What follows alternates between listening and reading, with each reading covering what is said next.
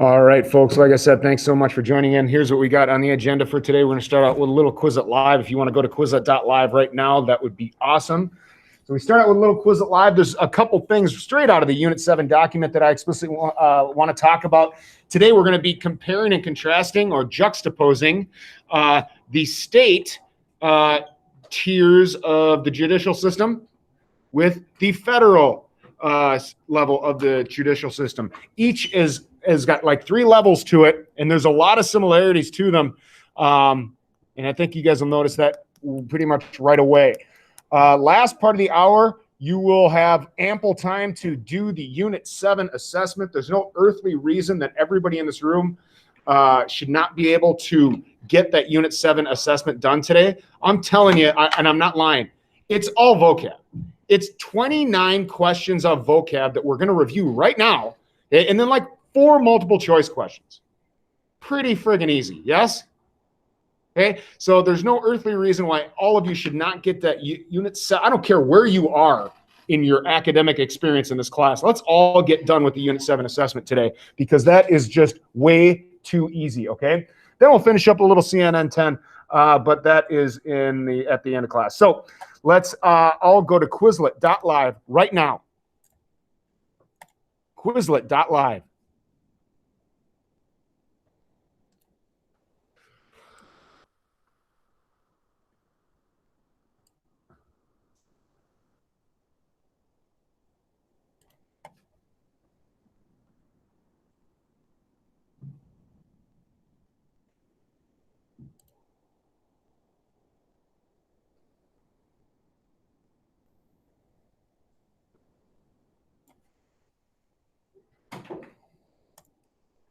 Okay, there you go, my dudes. There's your code, 999161.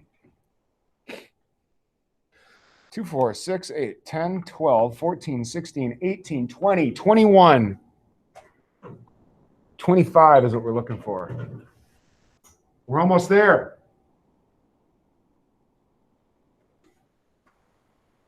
Oh, just in time. Welcome.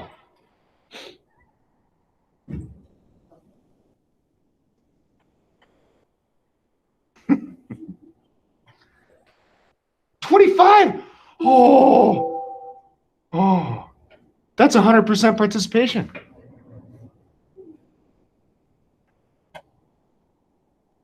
Oh, we got one more online. I'm going to give you 30 more seconds to jump in here, and then we're going to do this thing. 30 more seconds to jump in. As I see, we just joined. We got one more online that joined, and we got one more in the classroom that just joined, and then we're going to do this thing.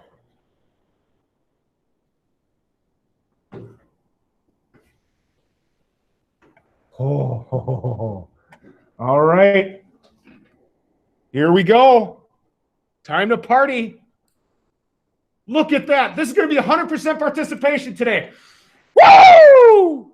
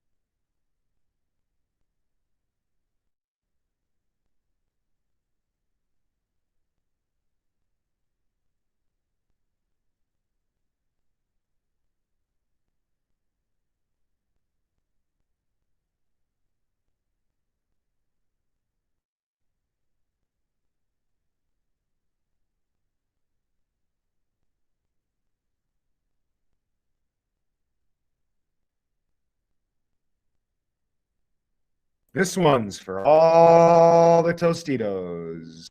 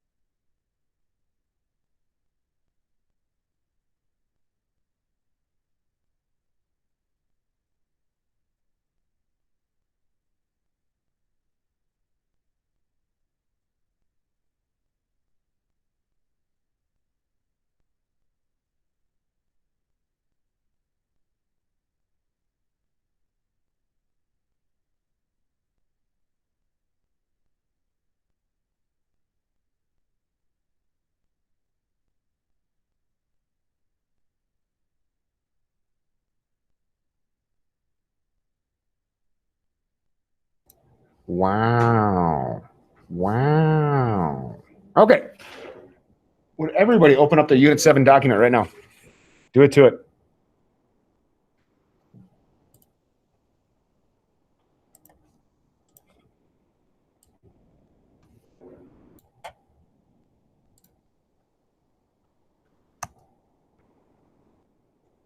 Okay. So the chart in your book is a little bit different than the way in which we're presenting it here. It's got the tiers like kind of in reverse order. But when we say tier 1, that's essentially like the base level, okay? Where if any of you have the circumstance in which you are ever participating in court, I'm willing to bet it's going to be at that base level, at that tier 1, okay? So on the state level, it's basically county courts, district courts, circuit courts, okay?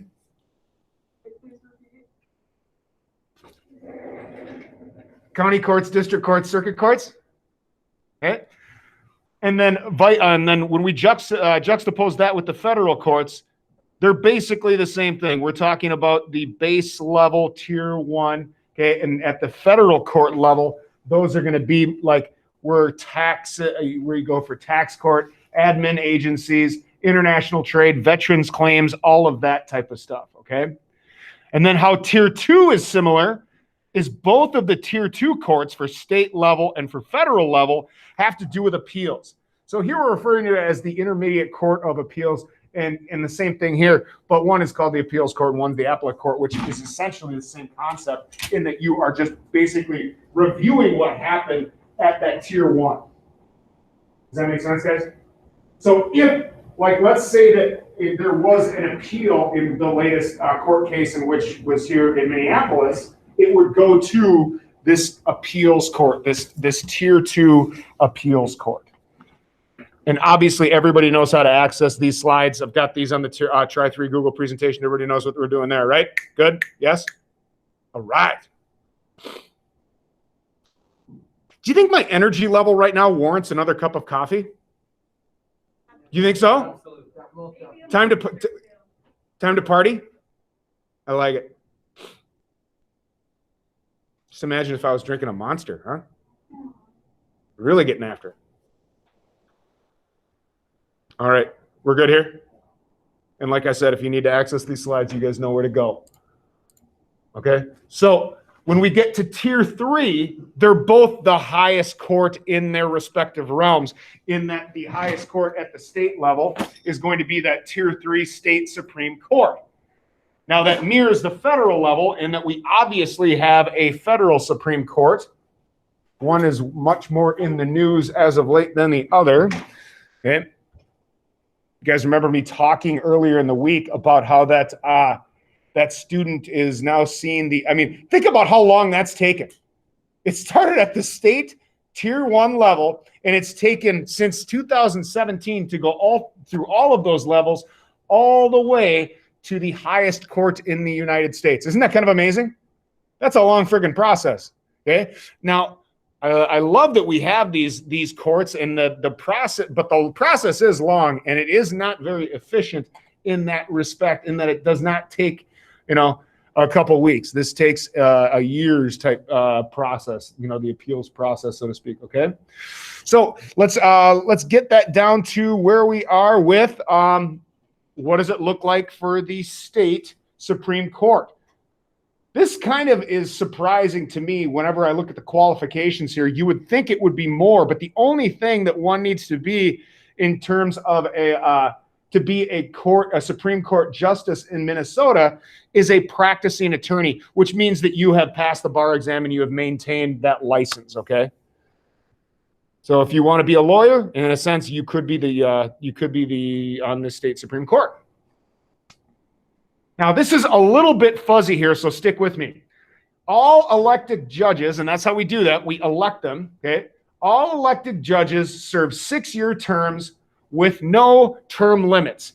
But here is the catch. You got to be under 70 years old. So you can seek re-election, re-election, re-election, re-election, but once you hit 70, guess what? You're done. Does that make sense? So we could say that there's no term limits, but there essentially is, because once you reach 70, you're done, okay? And then other types of smaller courts that one might encounter in your life most likely would probably be like a small claims court, which could be between two individuals, you and another entity. Like, let's say that you were renting an apartment or something like that, and you owed them money, or vice versa. You could take each other to small claims court as long as it is under $3,000. I believe that's a state of Minnesota thing, okay? I think different states have different requirements for what qualifies as small claims, okay? And otherwise, you've got municipal courts, which are basically for cities, okay? And then if you were to go into like the outskirts and you know, like upstate, so to speak, you would have townships based, and that's the base level state system that we have for courts. And then obviously tribal courts have their own reservation system and their own, what shall I say, autonomy when it comes to how they handle those things. Very good. Any questions off of this? None whatsoever. Okay. Any questions from those of you that are online?